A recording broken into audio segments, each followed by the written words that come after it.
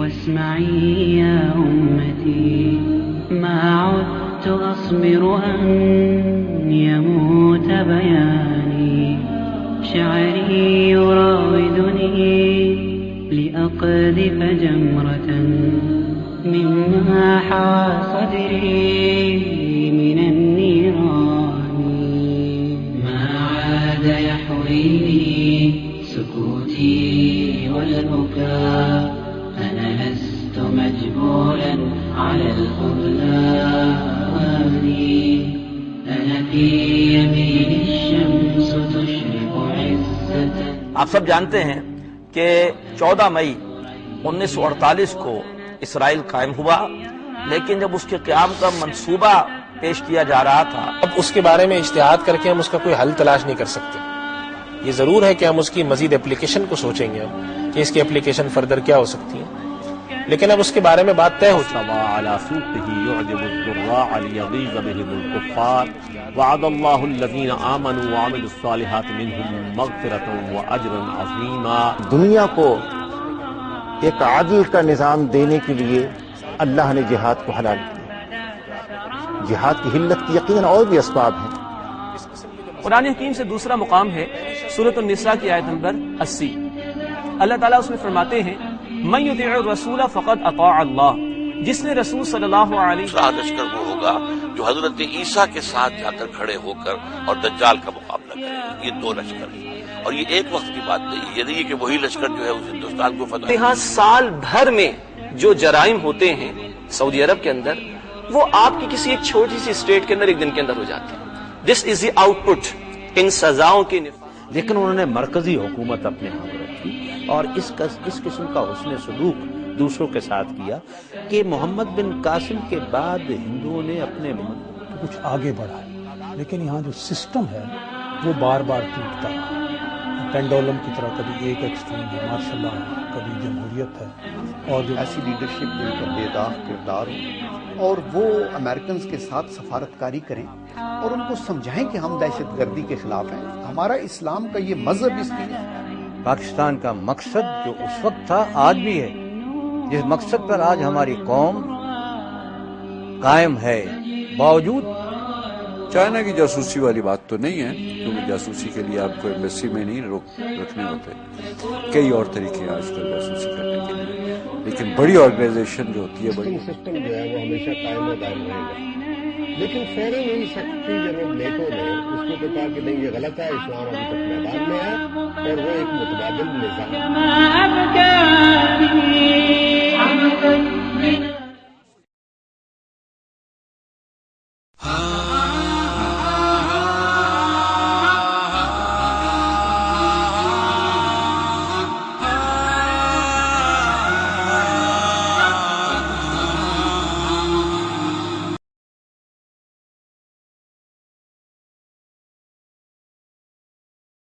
السلام علیکم ناظرین، اذان ٹی وی ویب سائٹ کے خصوصی انٹرویو میں میں ہوں آپ کا ہوسٹ عدیل عارف.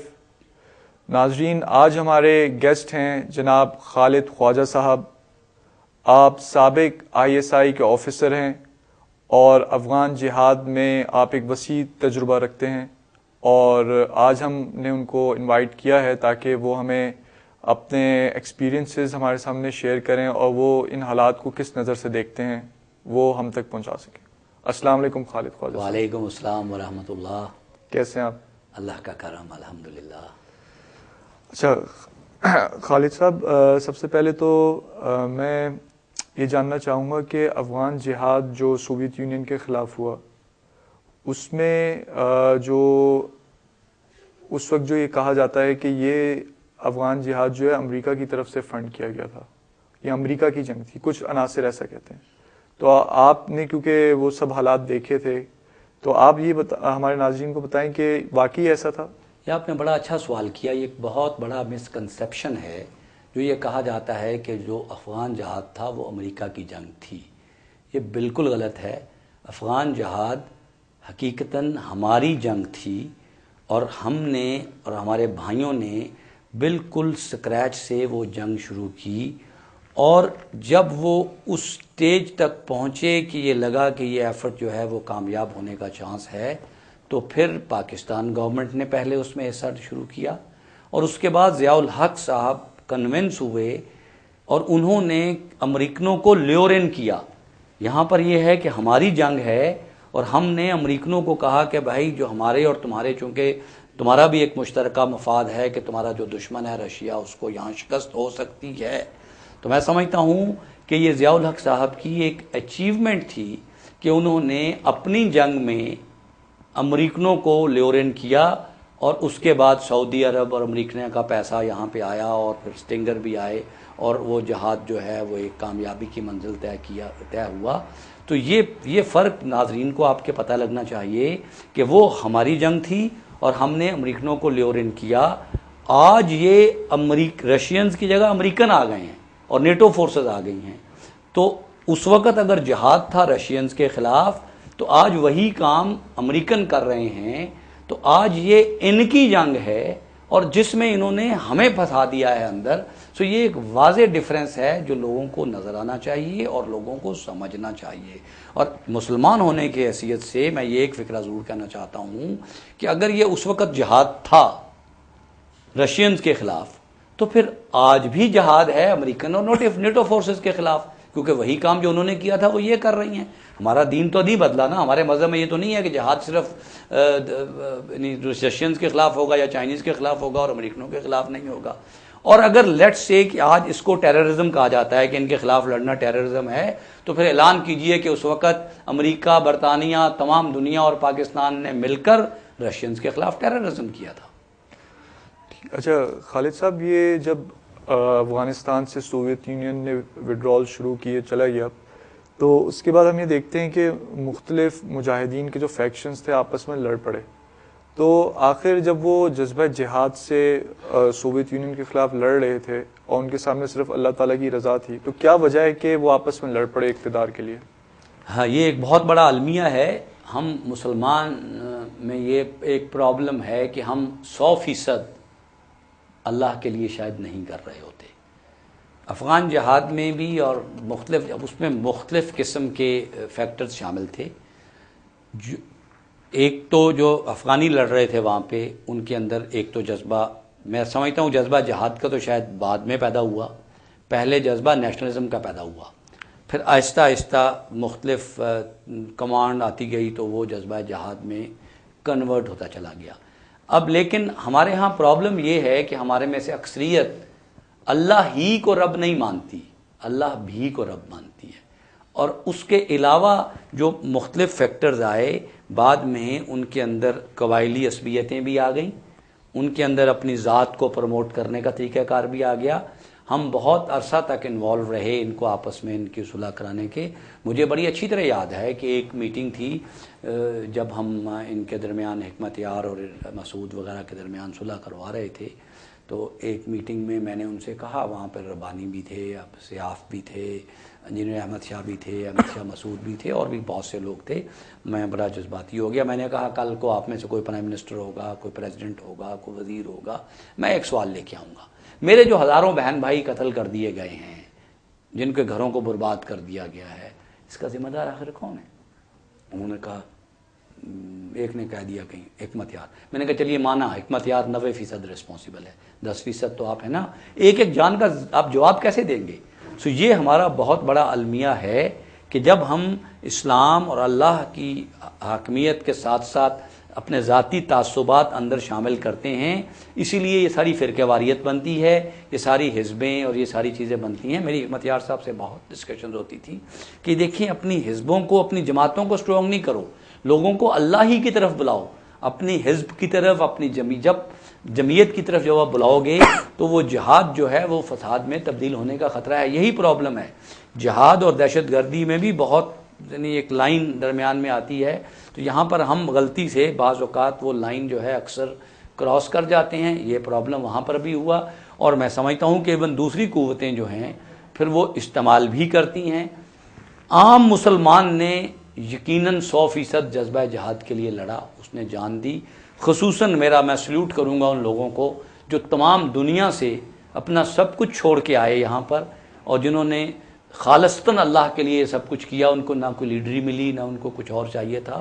اور میں آج بھی کہوں گا یہ وہی لوگ ہیں جنہوں نے اپنا سب کچھ چھوڑ کے یہاں پہ آئے، اور آج ہماری گو حکومتیں، آج ہمارے لوگ ان لوگوں کو، ان اللہ کے نیک بندوں کو، چونکہ اس لیے کہ عام سمجھا جاتا ہے کہ وہ امریکہ کی جنگ تھی، اس لیے ہمارا خدا امریکہ ہے، اس لیے چونکہ امریکہ ان کو اپروو کر رہا تھا تو وہ موجز بھی تھے، وہ دنیا کی بیسٹ لوگ تھے.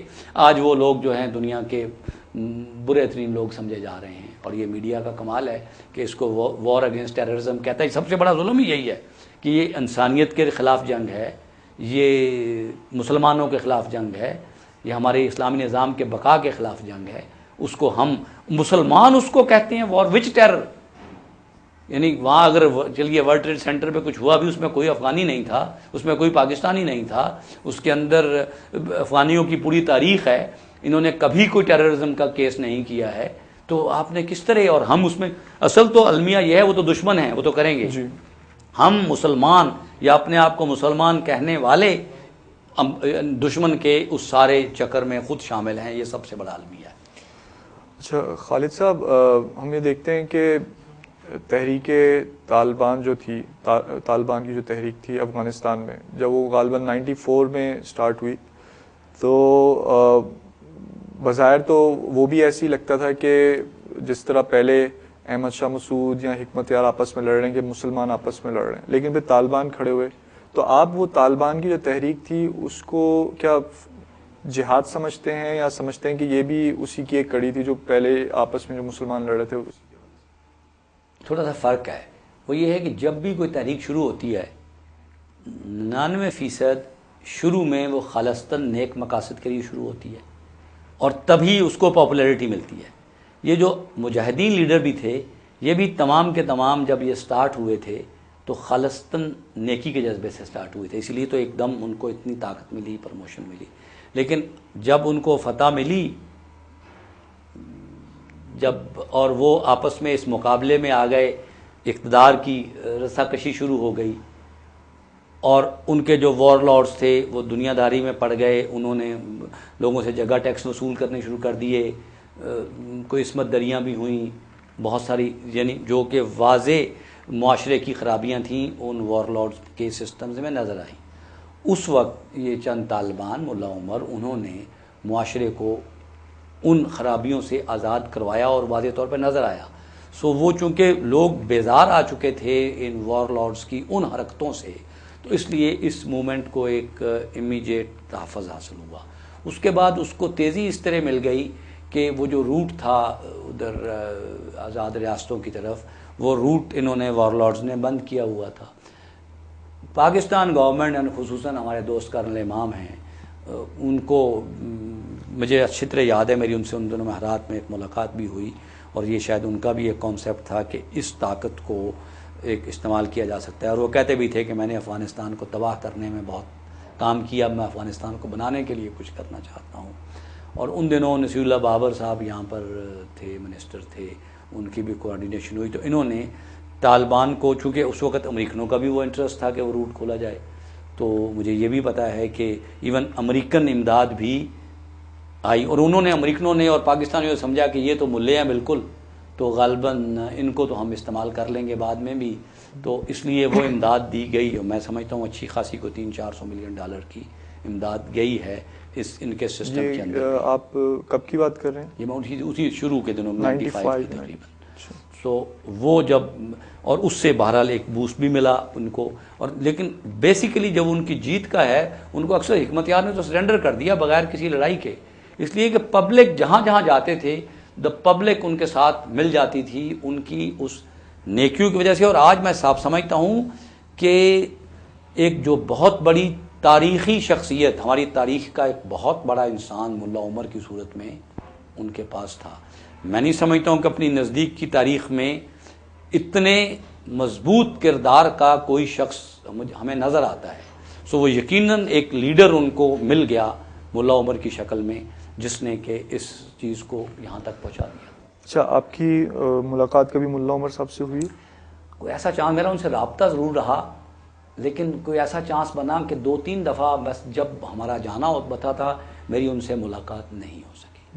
لیکن میرا رابطہ تھا مختلف ضابطوں سے. ایون جب ہم اسلام یہ جو ہم 11 ستمبر کے بعد جب مذاکرات کروا رہے تھے متوکل اور ملا ضعیف ان کے تھرو, تو ڈائریکٹلی ہمارا رابطہ تھا, ہم ایک دوسرے کو جانتے تھے. اچھا, ویسے آپ کے بہت سے ایسوسیٹس غالباً ان سے ملے ہوئے ہوں, تو ان میں اور جو باقی جو مجاہدین کے لیڈر ہیں ان کے اندر کیا فرق محسوس کیا گیا؟ بہت زمین آسمان کا فرق ہے جی. ان کے کردار میں جو ایمان کی جو سٹرینگتھ ہے وہ غالباً اس لیول کا کوئی آدمی ہے ہی نہیں. میں اس کی مثال دیتا ہوں. یہاں پر جب گورنمنٹ آف پاکستان نے تمام پاکستان کے علماء کا وفد بنا کر بھیجا, اس میں مفتی تقی عثمانی, مفتی رفیع عثمانی اور یہ بڑے بڑے عالم شامل تھے. یہ انہیں جا کر مصلحت کے سبق دے رہے تھے کہ آپ اسامہ کو ان کے حوالے کر دیں. تو انہوں نے انہوں نے کہا آپ ہمارے استاد ہیں, آپ نے مجھے یہ پڑھایا تو نہیں تھا, آپ نے مجھے سکھایا تو مختلف تھا, اب آپ مختلف بات کر رہے ہیں. اس کے بعد مفتی تقی عثمانی نے غالباً ایک میٹنگ میں نے خود بھی ان سے انہوں نے ذکر کیا اور لوگوں سے بھی انہوں نے ذکر کیا کہ ہم سب کو ایسا محسوس ہوتا تھا کہ ہم اس عمر سے بات کر رہے ہیں اور ہم اس کے آگے بونے ہیں. سو یہ ان تمام بہت بڑے وفد کا, جو کہ ہمارے علماء کرام میں جن کی بہت عزت ہے اور ان کو سمجھا جاتا ہے کہ وہ علم کے بہت بڑے خزانے ہیں, تو یہ ان کی پوزیشن تھی اس مرد مجاہد کے سامنے. اچھا خالد صاحب, اب ہم آتے ہیں 9/11 کے واقعے پہ. آپ کیا سمجھتے ہیں کہ 9/11 کا واقعہ کیا مسلمانوں نے کیا ہے یا اس کے پیچھے ایک عام جو ایک بات آتی ہے کوئی پروپیگنڈا ہے یا حقیقت ہے کہ یہودیوں کا کیا دھرا ہے؟ تو آپ کا کیا اس کے بارے میں رائے؟ یہ ایک بہت مشکل سوال ہے, اس لیے کہ یہ سوال ہمارے ذہن میں اسی وقت آیا, بلکہ 9/11 کے فوراً بعد میں چونکہ ایئر فورس کا آفیسر ہوں اور میں نے 2-3 بہت سب سے سینئر ایئر فورس کے جو آفیسرز تھے جو کہ ایئر فورس کے برین تھے اور انٹیلیجنٹ لوگ تھے, میں نے ان کو بلوایا اپنے پاس, ہم بیٹھے, میں نے ایک سوال کیا ان سے, میں نے کہا ہم سب بیٹھ کر ایک پلان کرنے کی کوشش کرتے ہیں کہ اگر ہمارے ساتھ پاکستان گورنمنٹ بھی ہے, افغانستان گورنمنٹ بھی ہے, ہمارے ساتھ تمام گلف سٹیٹس بھی ہیں, سعودی عرب کی بھی گورنمنٹ ہے, تو کیا ہم ایک 9/11 قسم کی چیز ایک پلان کر سکتے ہیں امریکہ کے اوپر؟ ہم نے کافی سر جوڑا, سر کھپایا, امپلیمنٹ کرنا تو دور کی بات ہے, کم از کم ہم لوگ پلان ہی نہیں کر سکے. اب بہت سی ایسی چیزیں ہیں ان کی اپنی جو کہ انڈیکیٹ کرتی ہیں, یہودیوں کی طرف بھی انڈیکیٹ کرتی ہیں, لیکن میں ایک بات آپ کو یقین سے کہہ سکتا ہوں, جیسے میں انگریزی میں کہا کرتا ہوں کہ 9/11 was not possible without an active involvement of some of the government functionaries. یہ پریکٹیکلی یہ کام ممکن نہیں تھا, کسی بھی صورت میں ممکن نہیں تھا کہ یہ کچھ نہ کچھ لوگ ملے ہوں. اب یہ بھی اپنی جگہ حقیقت ہے کہ مختلف موقعوں پر پہلے تو ہم یہ بھی سمجھتے رہے کچھ شاید جھوٹی سچی ٹیپیں بھی ہیں, سب کچھ ہے, لیکن ذاتی طور پر بھی میں جانتا ہوں کہ وہ لوگ اس کو کلیم کرتے ہیں کہ یہ بلکہ فخر سے کلیم کرتے ہیں کہ ہم نے کیا ہے. لیکن میں کہتا ہوں کہ ایک آدمی اگر کہتا بھی ہے کہ ہم نے کیا ہے تو کیا یہ اس کو ایسے ہی مان لینا چاہیے؟ اس لیے کہ وہ چیز اس طرح پاسبل نہیں تھی اور یہ ایک پورا پلان تھا جو ہوا. اس کی ڈیپتھ میں جانے کے لیے اب آپ اس کی ایک موٹی مثال ہے کہ اگر انہوں نے کیا تھا تو آج یہ سارے جو ماسٹر مائنڈ ہیں سو کال, تو وہ تو امریکہ کے قبضے میں ہے نا. آپ مجھے بندے دیں جنہوں نے کیا ہو, میں آپ کو 24 گھنٹے کے اندر اندر ساری کانسپریسی باہر نکال کے رکھ دوں گا. یہ تو اتنے ماسٹر مائنڈ ہیں, تو یہ ابھی تک پوری کی پوری بات جو ہے وہ سامنے کیوں نہیں آئی؟ یہ ایک بہت بڑا کویسچن مارک ہے اس کے اندر کہ یہ آخر اتنے لوگ ہیں, سب کچھ انہوں نے کیا. تو یہ ایک سازش ضرور تھی. پھر اس میں ایک اور بھی چیز آئی جو کہ اس کی وہ یہ ہے کہ میں خود سعودی عرب میں, مجھے بہت سینئر لوگوں نے بتایا کہ وہ جو لسٹ انہوں نے دی ہے ان میں سے کوئی 5 لوگ سعودی عرب میں موجود تھے اس وقت, اور اس میں سے کچھ لوگ جو ہے وہ پہلے بھی مر چکے تھے. تو لیکن انہوں نے کہا کہ ہم نے بہت شور مچانے کی کوشش کی لیکن ہم اس بات کو ہائی لائٹ ہی نہیں کر سکے کیونکہ میڈیا پہ ایک عجیب قسم کا کنٹرول ہے جو کہ اس لابی کا موجود ہے. تو اس کویسچن کا جواب جو ہے، پھر میں نے ایک بہت بڑی اور بھی کوشش کی مختلف دفعہ چینلز پہ جا کے بھی مختلف جگہوں پہ کہ ایک ہمیں چیز دے دیں کہ ٹوین ٹاورز میں 11 ستمبر سے ایک دن پہلے کتنے یہودی کام کرتے تھے اور ان میں سے کتنے لوگ مرے. وہ پوری کوشش کے باوجود، شور مچانے کے باوجود وہ لسٹ ابھی تک امریکن ہی دے سکتے ہیں نا، وہ لسٹ ہمیں نہیں ملی. تو اس سوال میں تو، لیکن میرا ایک سوال یہ ہے، مثال کے طور پر وہ 11 ستمبر ہوا، مثال کے طور پر کہ وہ اسامہ بن لادن نے کروایا یا کسی اور بندے نے کروایا،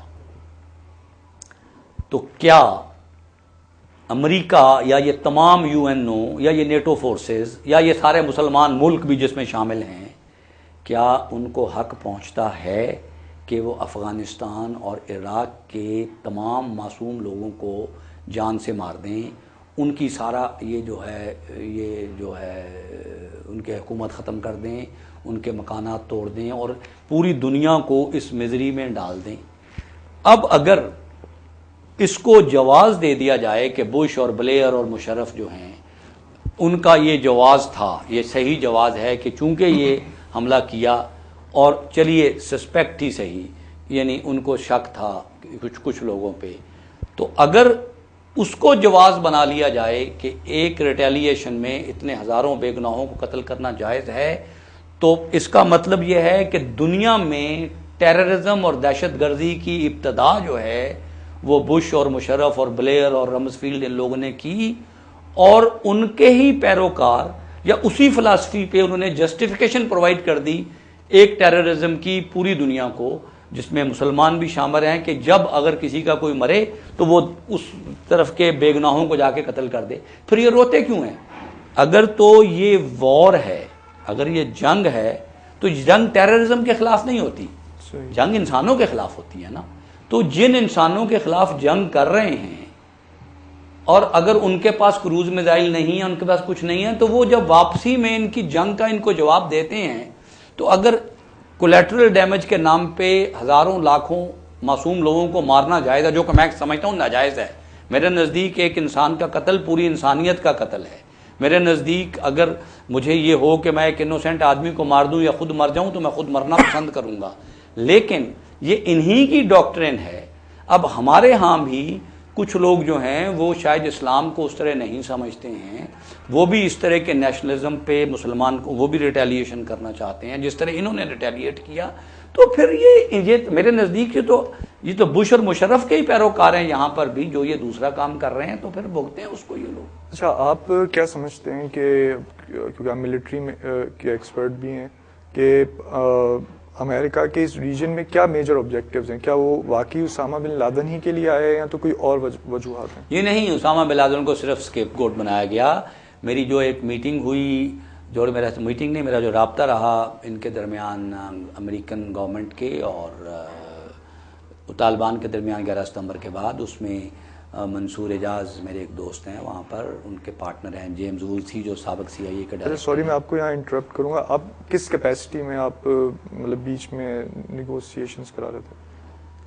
اللہ تعالیٰ ہر انسان کو جب موقع دیتا ہے کوئی کیپیسٹی دیتا ہے. میں نے اس سے پہلے میں نے اسلام آباد ایکارڈ میں جنرل حمید گل، میں اور ابو الجود صاحب، ہم تمام افغانیوں کے درمیان صلح کروا رہے تھے، اور امریکن جانتے تھے کہ طالبان میں کچھ لوگ میرا ریگارڈ کرتے ہیں. انہوں نے مجھ سے رابطہ کیا، انہوں نے خود رابطہ کیا، اور وہ اس وقت چاہتے تھے، بلکہ مجھ سے یہ کہا گیا کہ یہ جنگ بڑی قریب آ رہی ہے، ہم نہیں چاہتے کہ یہ جنگ ہو، تو آپ اس میں ہماری مدد کریں.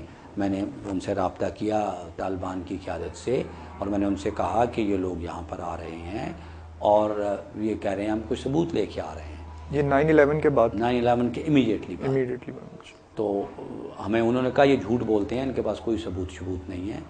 بہرحال انہوں نے میری عزت کی، انہوں نے اس گروپ کو قبول کیا کہ وہ آئیں، لیکن چونکہ ان کے پاس کوئی ثبوت نہیں تھے اور اس لیے وہ اس کو ڈالی مارتے رہے، کبھی کچھ ٹرکاتے رہے.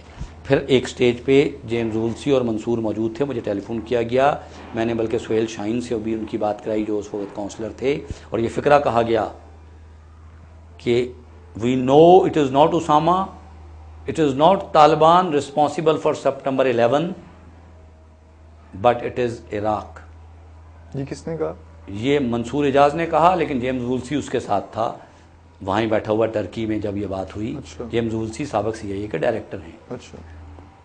اور یہی بات پھر سہیل شاہین سے کی گئی, now we want to come here for a face saving, کہ دونوں صورتوں میں ہم فیس سیونگ نکالیں. پھر مجھے یہ کہا گیا کہ آپ ہمارے ساتھ وہ 8 ایڈ ورکرز جو ہیں وہ روانہ کر دیجئے گا, ہم کوئی راستہ نکال لیں گے مل جل کے تاکہ اس وار کو اوائڈ کیا جائے. وہ جو کوئی مشنریز سے تھے, تو ہم نے جو ہے خاموشی سے اس پہ ایگری تو ضرور کیا. میں نے کہا دیکھیں طالبان کمٹ نہیں کریں گے یہ بات, because they do never want to be black mailed.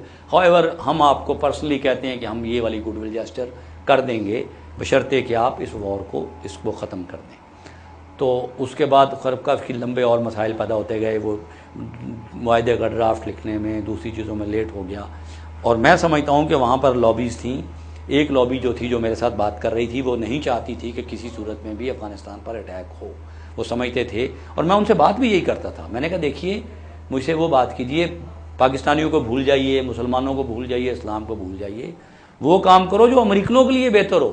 یہ جو آپ کر رہے ہو, مثلا ایک فکرہ میں نے اللہ نے مجھ سے نکلوایا اس وقت بھی, اور 11 ستمبر سے پہلے بھی, بعد میں بھی, میڈیا میں بھی بہت دفعہ کہا کہ you will not be able to kill اور کیپچر ملا عمر اور Osama bin Laden, so you will be killing innocent people, you will have no moral authority, you will be disgraced and humiliated in the world, اور آپ American nation کو بھی برباد کر دو گے جو یہ آپ کام کر رہے ہو. میں نے عراق وار سے پہلے کہا کہ آپ عراق کے اندر یہ حملہ کرو گے تو تھاؤزنڈز آف بن لادن. آپ نے یہ کیا سوچ کے کہا کہ وہ ایسا نہیں کر سکیں گے؟ پتہ نہیں, ویسے بتاؤں میں خود سوچتا ہوں کہ میں نے کیوں, اللہ تعالیٰ دیکھیں جو بھی کچھ ہم بعض اوقات کام کرتے ہیں نا وہ ہمارے اختیار میں نہیں ہوتے, وہ اللہ تعالیٰ کرواتا ہے. دیکھیے یہ فکرے مجھ سے اللہ تعالیٰ نے نکلوائے اور میں اس پہ قائم رہا. یہ مجھے بھی سمجھ نہیں آتی, بلکہ ایک اور بھی اس کے بعد ہوا. مجھ سے CBS کے رپورٹرز نے پوچھا, 60 منٹس والے نے, who's are saving Osama, who will save you. میں نے کہا یو آر مسٹیکن ہیئر, اللہ از سیونگ اسامہ, اللہ will save me also, and I shall not go underground. دیکھیے یہ اللہ نے میرے منہ سے نکلوا دیا, مجھے نہیں پتا کیوں نکلوایا, نکل گیا. آپ سوچئے کہ میں نے 11 ستمبر سے پہلے 60 منٹس پہ یہ کہا کہ تمہارا ورلڈ ٹریڈ سینٹر نہیں, پینٹاگون, وائٹ ہاؤس, یہ سب ولنریبل ٹارگیٹس ہیں, and we can have them. اور اس نے how, I said we have, you need few suicide bombers, do you have them?